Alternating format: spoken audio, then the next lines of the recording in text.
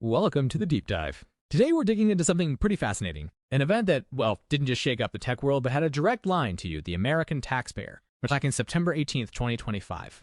That was the day Intel saw its market value shoot up by over $30 billion. So our mission here is to unpack how that happened and, more specifically, focus on this really interesting angle, how U.S. taxpayers, on paper at least, gained around $3 billion in a single day. This isn't just about giant numbers flying around. It hints at a possibly new way economic policy might work, affecting American jobs, tech development, maybe even how your tax dollars get invested. So the big question is, how did this happen? And what does this paper gain actually mean for you? Okay, so let's break this down.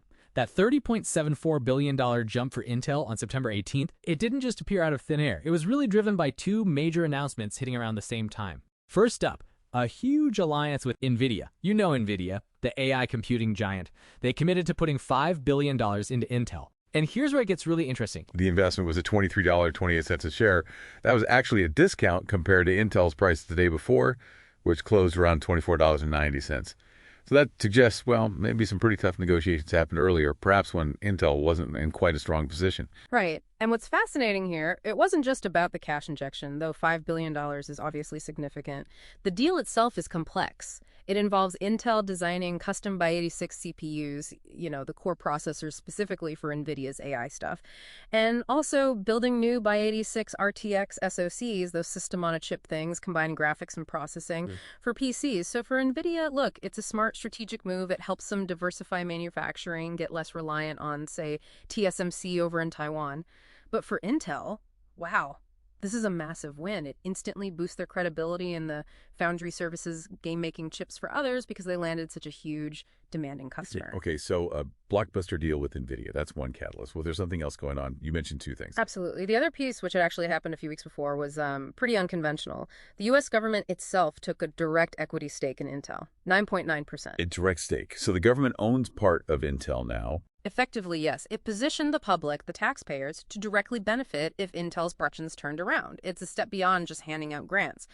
And crucially, this wasn't the government writing a check for shares on the open market. It was actually a conversion. They took about $5.7 billion in unpaid CTPS Act grants. That's the money set aside to boost U.S. shipmaking, plus another $3.2 billion from a defense program, totaling $8.9 billion, and converted that into 433.3 million shares of Intel stock. The price, $20.47 per share. Wow. Okay, so that conversion price is important later. It really shows a different kind of industrial policy thinking, doesn't it? It really does. A strategic shift. So let's connect the dots. How does this translate into that $3 billion gain for the taxpayer you mentioned? Okay, September 18th, Intel stock closes at $31.94. That's up a huge $7.04 per share just from the day before when it was $24.90. So you take the government shares, that 433.3 million figure, multiply it by the single day gain, that's $7.04. And boom, you get roughly $3.05 billion. That's the paper profit for taxpayers in just one day's trading. And actually, if you look back at the government's entry price, that's $20.47. By September 18th, the stock at $31.94,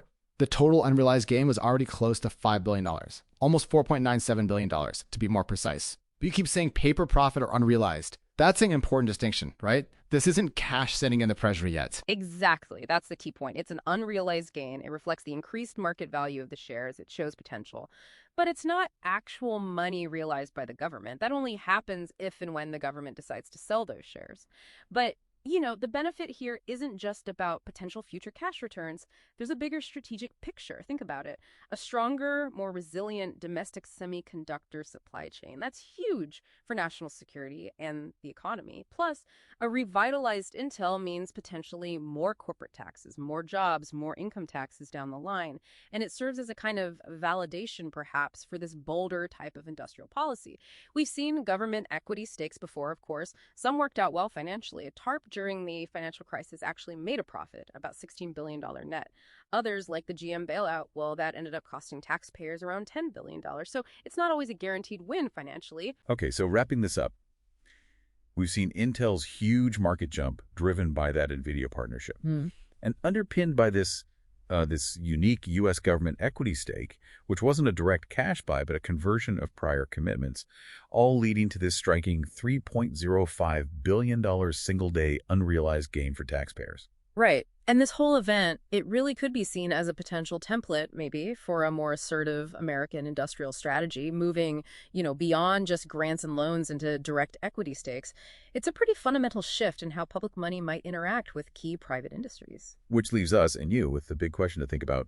What does this evolving model, this public-private partnership 2.0 perhaps, mean for the future, for American innovation, for economic security, and ultimately for your stake in where the country's technology goes next?